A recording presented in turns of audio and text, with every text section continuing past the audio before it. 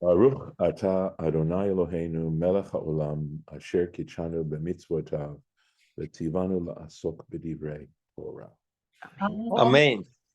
Thank you. We are actually finished having discussed the ephod, this complicated garment, trying to discuss that and put that into writing. It's like the exercise you might have had in grade school where they ask you to describe tying a knot, tying a bow for your shoe, how difficult that is. Excuse me. But we are now on to another subject, which I'm going to share with you now.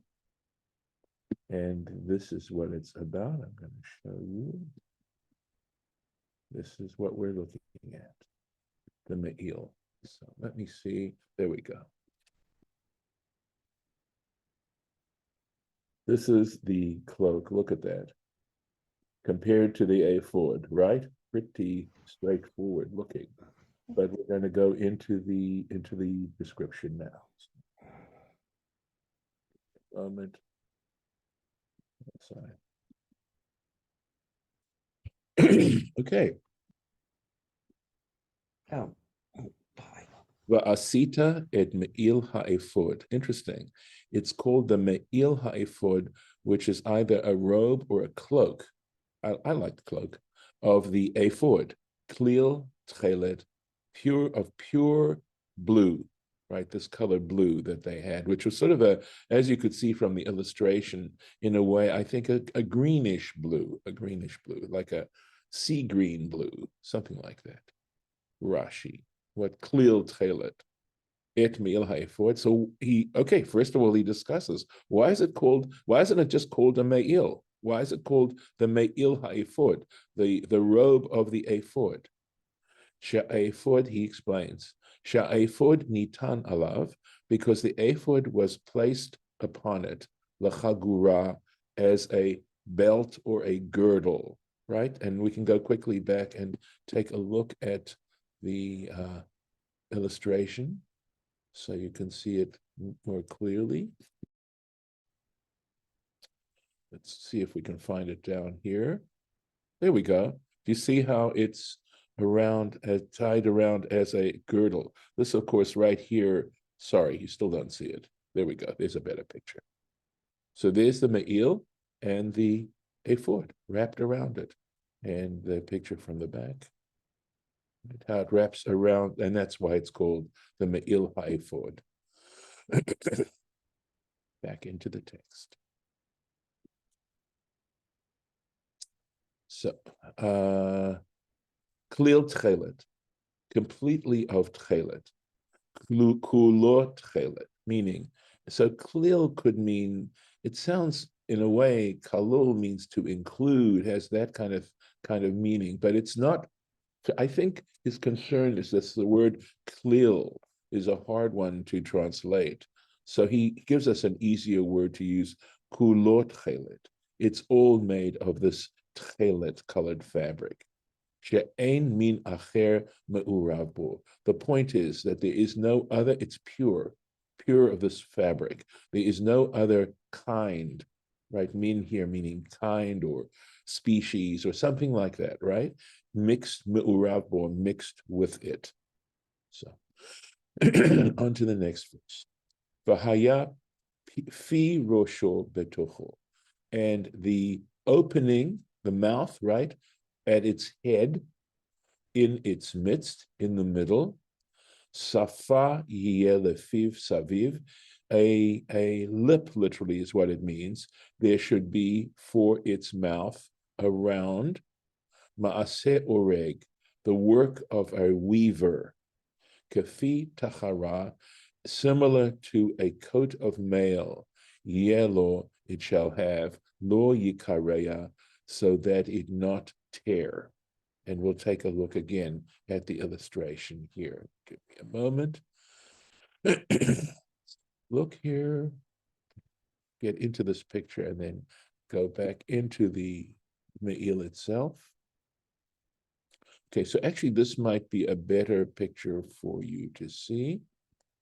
So here we go. This is what we're talking about here. It's not so clear how this is woven. Let's see if I can make it just a tad bigger for you. There we are. Okay, but that would be in the middle of it. And if you look here, again, let's try and make it a little bigger, right? So right in the middle of it, this is this P Tachara. Let's go back into the text again, and we'll take a look at the Rashi. V'haya pi rosho, right? And the opening, I'm going to call it here, because peh does mean mouth, but it also has this idea of an opening at its top. Pi hama'il begovho, the opening of this cloak is at its height. Hu petichat beit hatzavar. We're talking about the opening for the neck to go through. Betocho, in its midst, ketargomo, and so let's take a look at,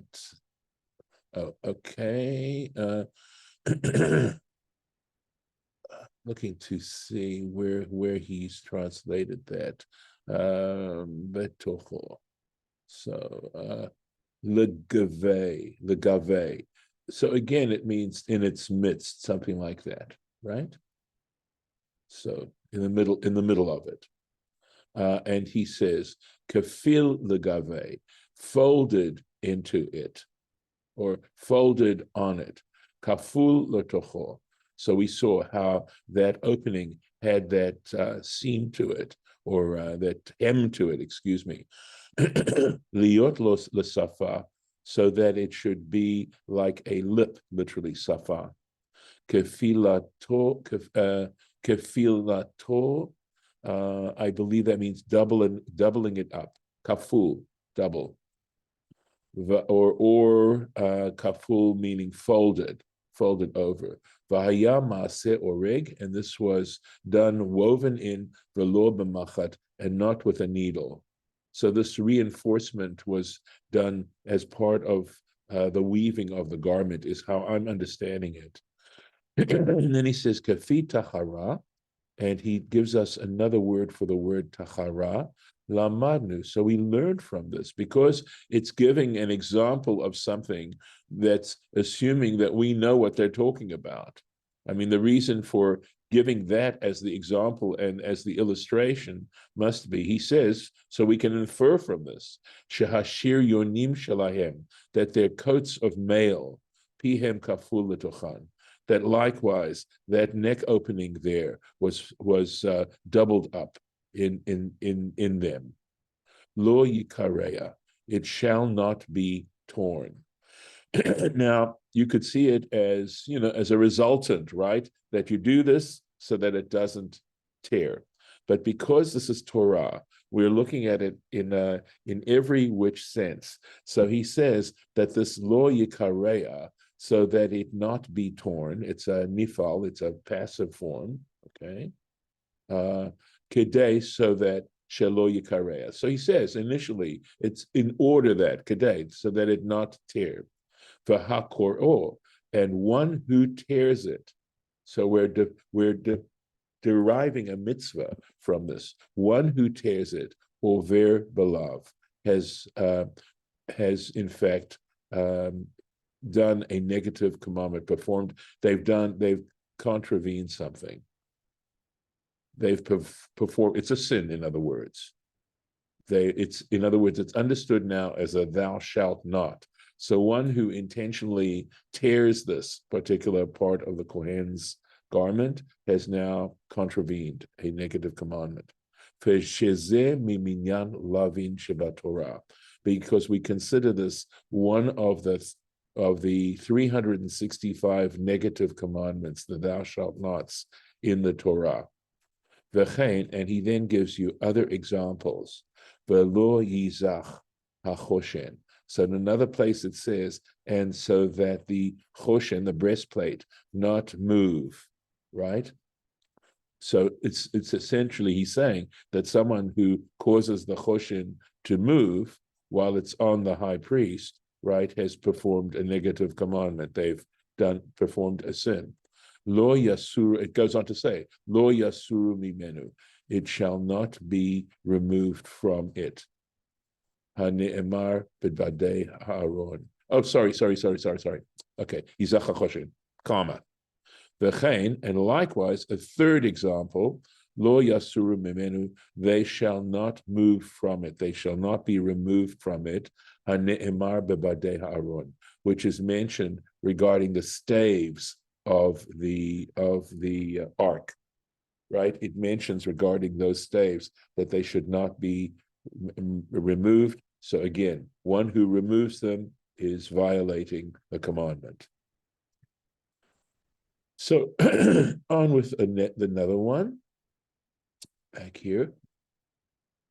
Va'asita al, and you shall make on shulav, on its hem, rimune, or its hems. You saw that it's like two sides of it, right? Rimone tchelet.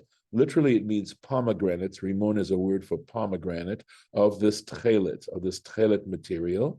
The argaman, and purple. The tulat shani, and crimson yarns. And we've had this before back in Parsha Truma, where we were discussing the fabric that was covering the tabernacle, and they mentioned tchelet, argaman, v'tulat shani. These three fabrics interwoven al shulav saviv, on its hem all around, ufa amunei zahav, and bells of gold betocham, amongst them, in their midst, saviv, all around. So let me give you the illustration, and then we can take a look at the Rashi.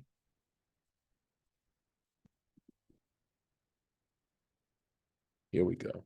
I'm going to enlarge the picture. This is what we're talking about. And if you look very, very carefully, right, here's the bells, and here's the pomegranate, right, that tassel. So the bells and the pomegranate on the fringe of the robe. You can see how it comes down. It's open on these sides. And again, we can take a quick look and see how he wore it. And there are those bells and pomegranates on the bottom there. Rabbi, what was the purpose of the bells and the pomegranate? Hold your horses, and we will find out. If it's not in the text itself, I will certainly tell you. But I believe it's going to tell you.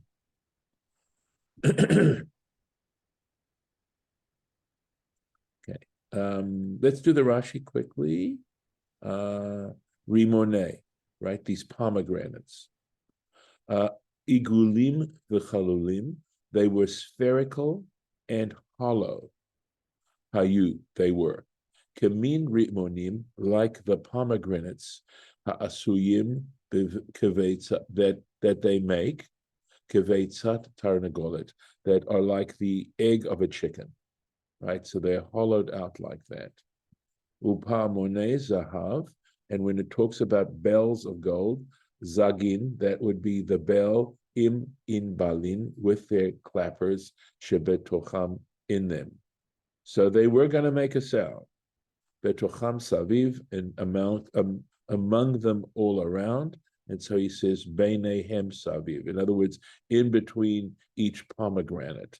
Bein shnei rimonim, in other words, between two pomegranates, pa'amon echad, one bell, davuk, stuck to v'talui, and suspended v'shulei ha'ma'il, on the hem of the robe.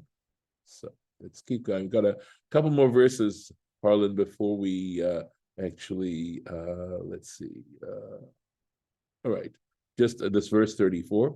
Pa'amon zahav v'rimon, a gold bell and a pomegranate. Pa'amon zahav v'rimon, a gold bell and a pomegranate. Al shulei ha'ma'il saviv, all around the hem of the cloak.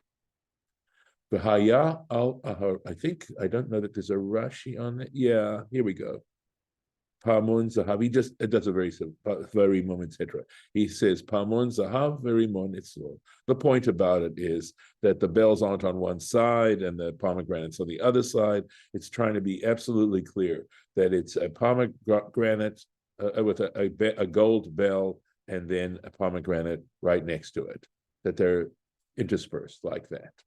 So, and it shall be al Aharon l'sharet, and it shall be upon Aaron to serve, v'nishma kolo, so that his sound is heard, b'vo'o el hakodesh, when he comes into the sanctuary, lifnei Adonai, before Hashem, uveitzei to, and when he goes out of the sanctuary, v'lo yamut, so that he does not die. So he doesn't die. Interesting, right? That his entrance and his exit should be quite clear. No, by the way, there's it's an interesting concept, but let's take a look at the Rashi. We'll see what it says there. Here we go. V'lo yamut, so that he does not die. And here we come to an important principle. Miklal lav ata shomea in. From a negative statement, you can infer the positive statement. In other words, if it's saying so that he doesn't die, that he wear this so that he doesn't die, well, if he doesn't wear them when he does this, what's going to happen? Im lo, okay. If they are on him, lo yitchayev mita, he will not be deserving of death. Ha im yikanes mechusar echad min habagadim halalu, if he were to enter without one of these, missing one of these garments, chayav mita bidei shamayim, he will be deserving of death at the hands of heaven. Meaning, it's not up to any earthly court to take care of this case. This is something that would be a divine punishment. But the whole idea of him, and it's certainly mentioned regarding these particular garments, this garment, that when he go in, he be dressed appropriately. This is the way you deal with royalty. We know that clothing, of course, is a nonverbal form of communication. It's a very powerful nonverbal form of communication, but also the idea that when he goes in, he makes a sound, and there's nothing surreptitious about his going in. Yeah, Lauren. I looked up pomegranate symbolism.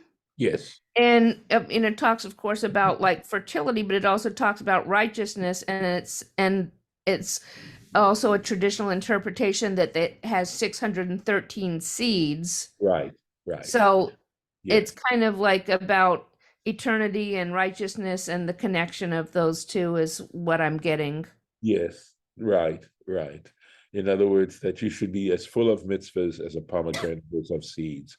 And since pomegranates deal with abundance and fertility, that it means that you will have that you will have, with these 613 mitzvahs, that you will have eternity. Yeah. I mean, that is part of a thought, is that we earn eternal life. That God gives us that ability and that dignity to earn, and not just take it as a gimme. I mean, there is grace involved, there's no doubt about that, and mercy, but the fact is it's still up to us. We have that ability, that privilege. Well, certainly grace could include the ability to earn. That doesn't have to be a gift that we can earn.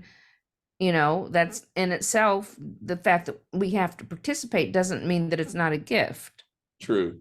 I mean, I think of grace as undeserved love, right? That's what's beautiful about grace. But what I'm saying, the undeserved love is there, but that doesn't mean we don't have to earn eternity, in a sense that we are given the chance to earn eternity because of the undeserved love.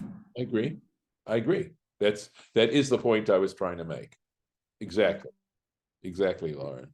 I was trying to make that point, that we don't just depend on grace. But I really like the point you made when you said that in some ways the fact that we have that ability is an act of grace. At least I was understanding you that way.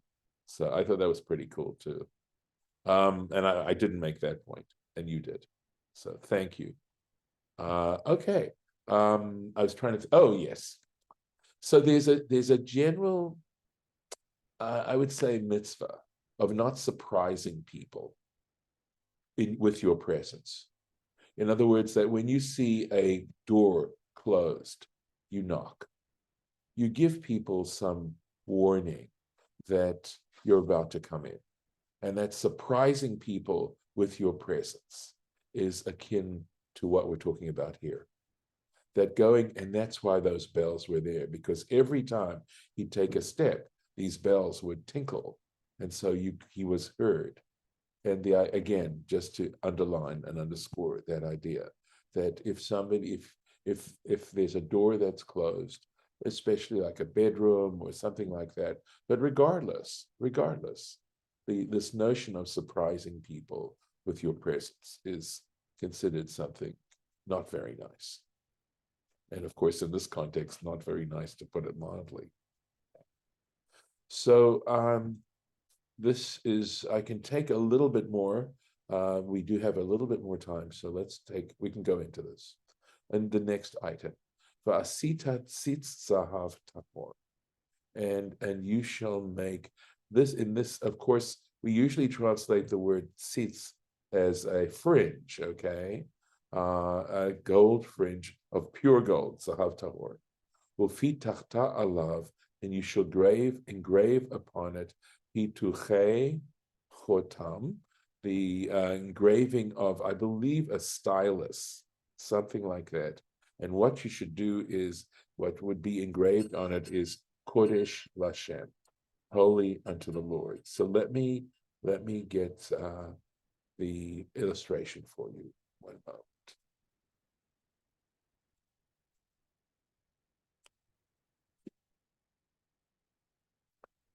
And sorry, here we are. This is helpful. Let's see if I can get it to work. Here it is. This is what we're talking about. This. So this is Kodesh Lashem. What's interesting is that this, I don't know that that's the actual script that they used, but this is the idea of it. So let's go back and see what Rashi has to say.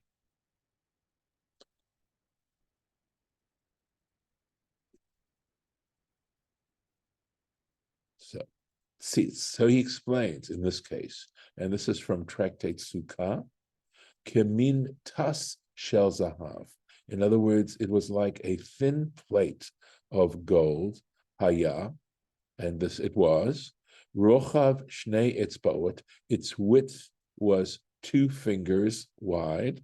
So in other words, about a little bit over an inch, like about 1.5 inches, right?